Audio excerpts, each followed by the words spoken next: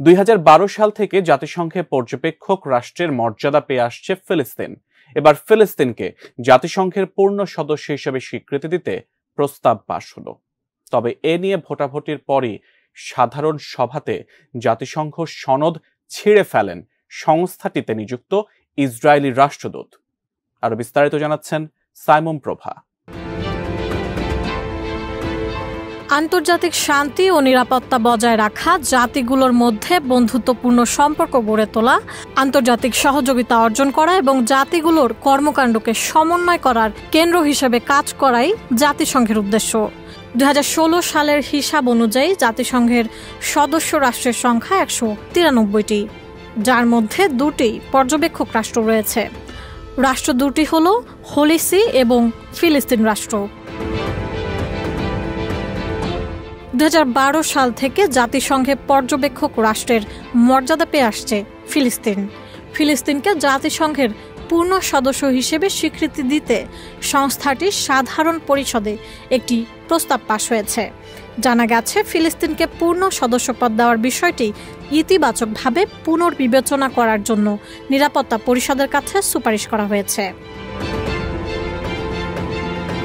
ফিলিস্তিনের গাজায় প্রায় 7 মাস ধরে ইসরায়েলের নির্বিচার হামলায় 34,000-এরও ওপর মানুষ প্রাণ হারিয়েছেন। এদের অধিকাংশই নারী এবং শিশু। এমন পরিস্থিতিতে ফিলিস্তিনকে জাতিসংঘের পূর্ণ সদস্যপদ দিতে সাধারণ পরিষদে প্রস্তাব তুলেছিল সংযুক্ত আরব আমিরাত। সবশেষ এপ্রিল মাসে 15 সদস্যের জাতিসংঘ নিরাপত্তা পরিষদে ফিলিস্তিনের সদস্যপদ দেওয়ার প্রস্তাবে ভেটো দিয়েছিল যুক্তরাষ্ট্র। এরপরই সেই আবেদন নবায়ন করে আবার জমা দেয় ফিলিস্তিন কর্তৃপক্ষ। সবশেষ সেই প্রস্তাবেই ভোট হলো। 10 মে সাধারণ পরিষদের 193টি দেশের মধ্যে এ প্রস্তাব নিয়ে ভোটাভুটি হয়। 143টি সদস্য দেশ প্রস্তাবের পক্ষে ভোট দিয়েছে। বিপক্ষে ভোট দিয়েছে যুক্তরাষ্ট্র ও ইসরায়েল সহ 9টি দেশ। ভোটদান থেকে বিরত ছিল মোট 25টি দেশ। জাতিসংঘের পূর্ণ সদস্যপদ শুধু নিরাপত্তা পরিষদের সদস্যদের ভোটেই নির্ধারিত হতে পারে। খসড়া প্রস্তাবটি পাশ হওয়ায় সেপ্টেম্বর থেকে কিছু অতিরিক্ত অধিকার ও সুযোগ সুবিধা ভোগ করতে পারবে ফিলিস্তিন। যেমন, সাধারণ পরিষদের অ্যাসেম্বলি হলে জাতিসংঘের অন্য সদস্যদের মতো একটি আসন পাবে ফিলিস্তিন। তবে ভোট প্রয়োগের কোনো ক্ষমতা তাদের হাতে থাকবে না। জানা গেছে, এমন এক সময় সাধারণ পরিষদের প্রস্তাবটি পাশ হলো যখন বেশ কয়েকটি ইউরোপীয় দেশ ফিলিস্তিন রাষ্ট্রকে স্বীকৃতি দেওয়ার পরিকল্পনা করছে।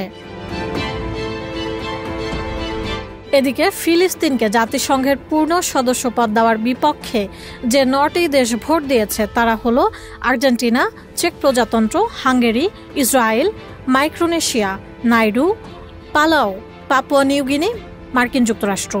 এদিকে ভোটদানে বিরত থাকা দেশগুলোর বেশিরভাগই ইউরোপের।